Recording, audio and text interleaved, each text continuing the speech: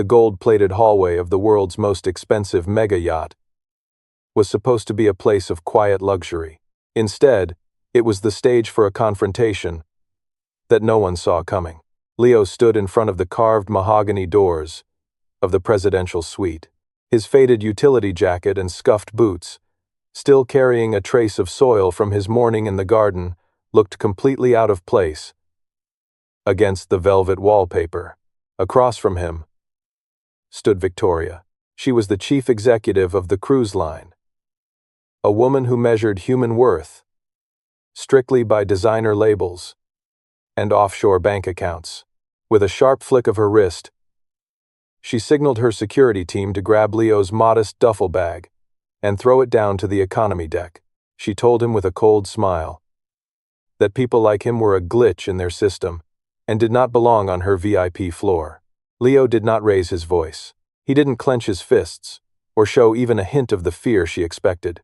He simply kept his calm, charismatic smile, placed his hand over the digital keycard reader, and looked her right in the eye.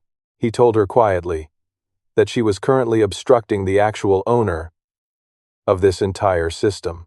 If you believe that arrogant people, who judge others by their appearance, will eventually pay a heavy price, hit that subscribe button right now to see how this man flips the script, to understand how a man in a worn-out jacket ended up holding the fate of a billion-dollar maritime empire.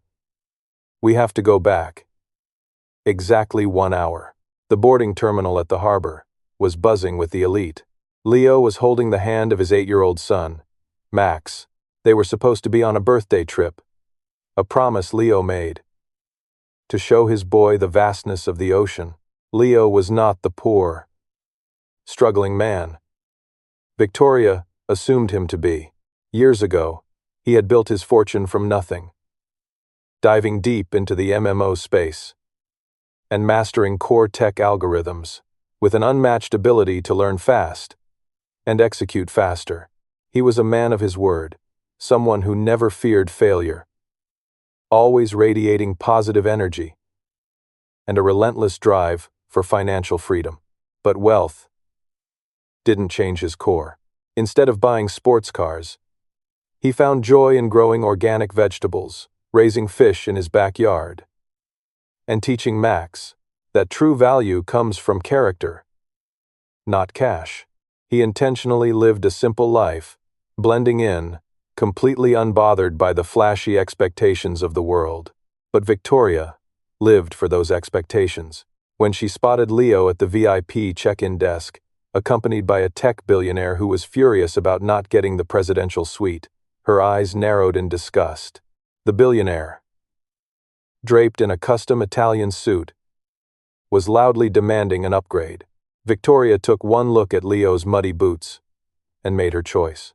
She marched over, snatched the reservation terminal from the young receptionist, and canceled Leo's room access.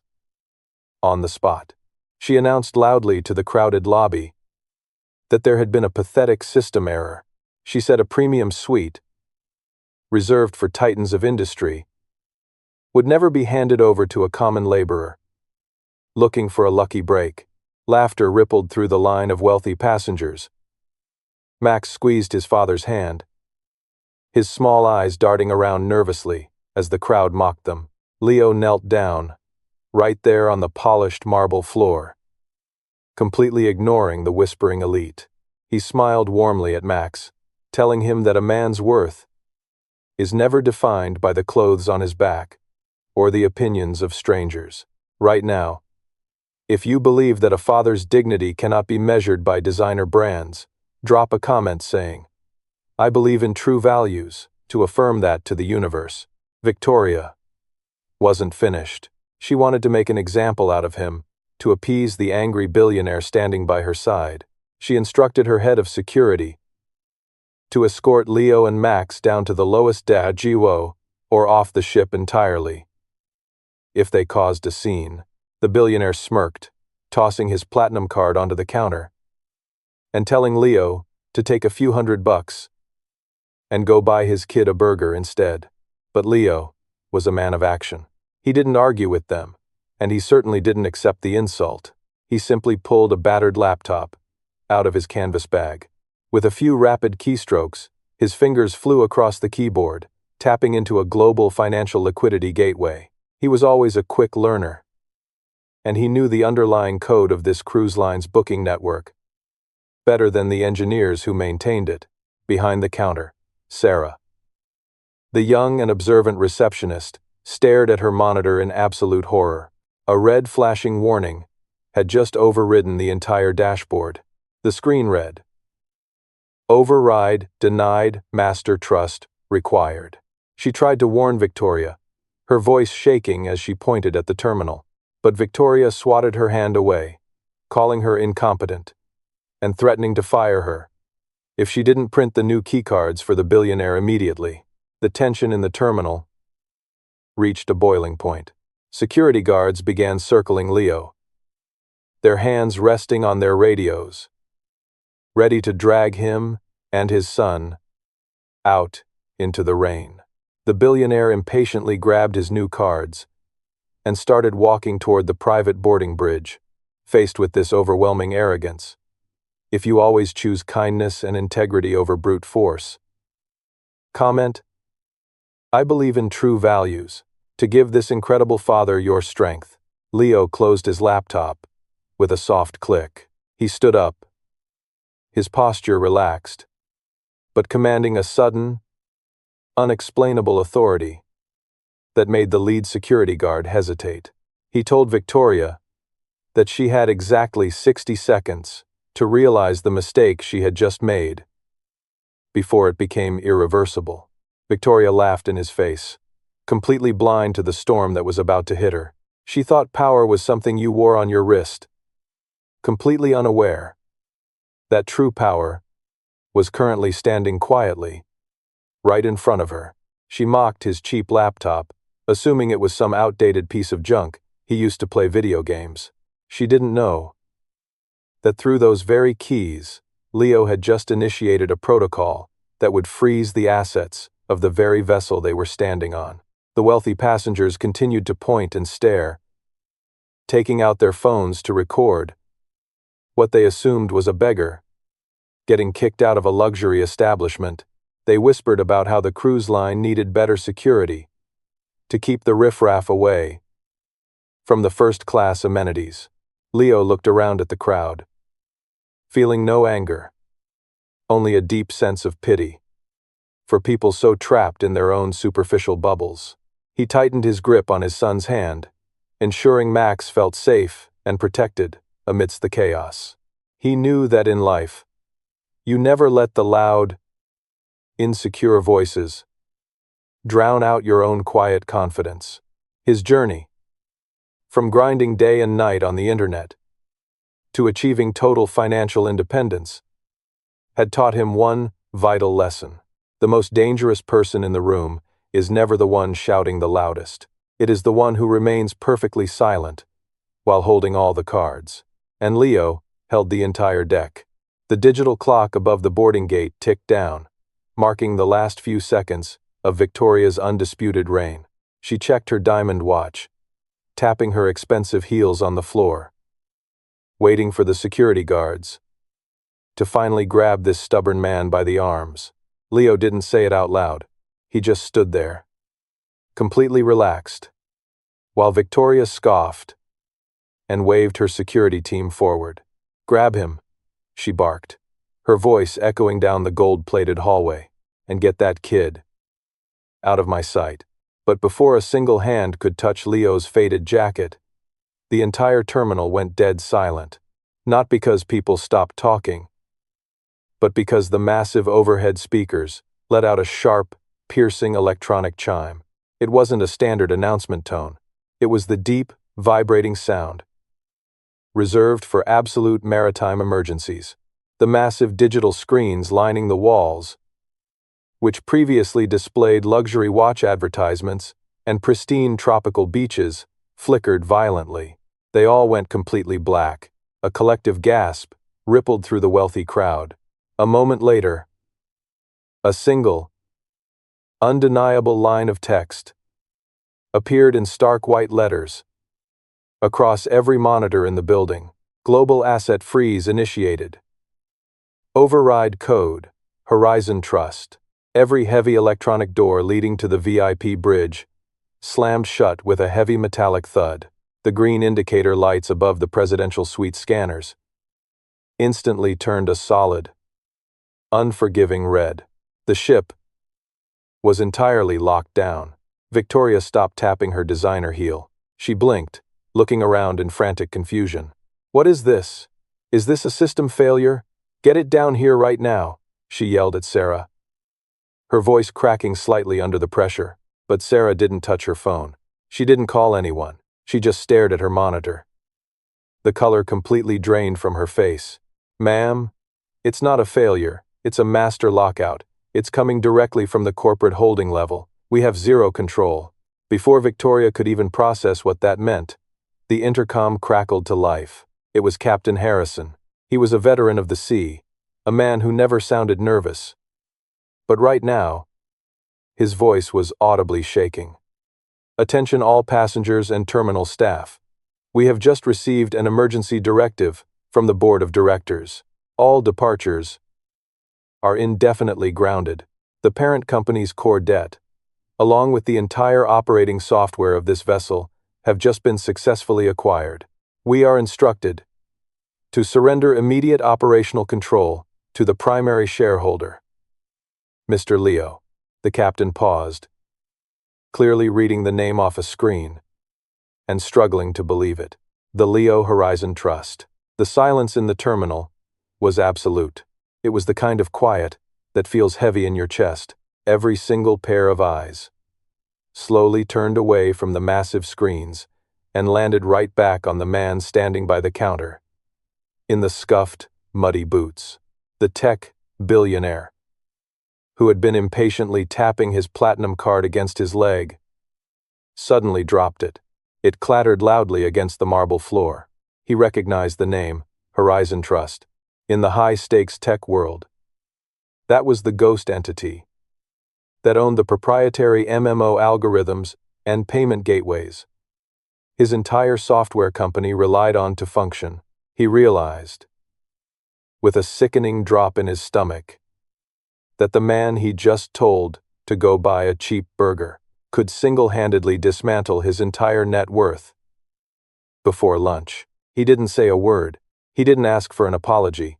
He just picked up his custom leather bag, put his head down, and quickly walked out of the VIP terminal, desperate to pretend he had never been there in the first place. If you love seeing the moment when true power reveals itself, without ever having to scream for attention, make sure to drop a comment saying, "I believe in true values," right now. Victoria stood completely frozen. She looked at the giant screens, then down at Sarah's locked terminal, and finally, she looked at Leo.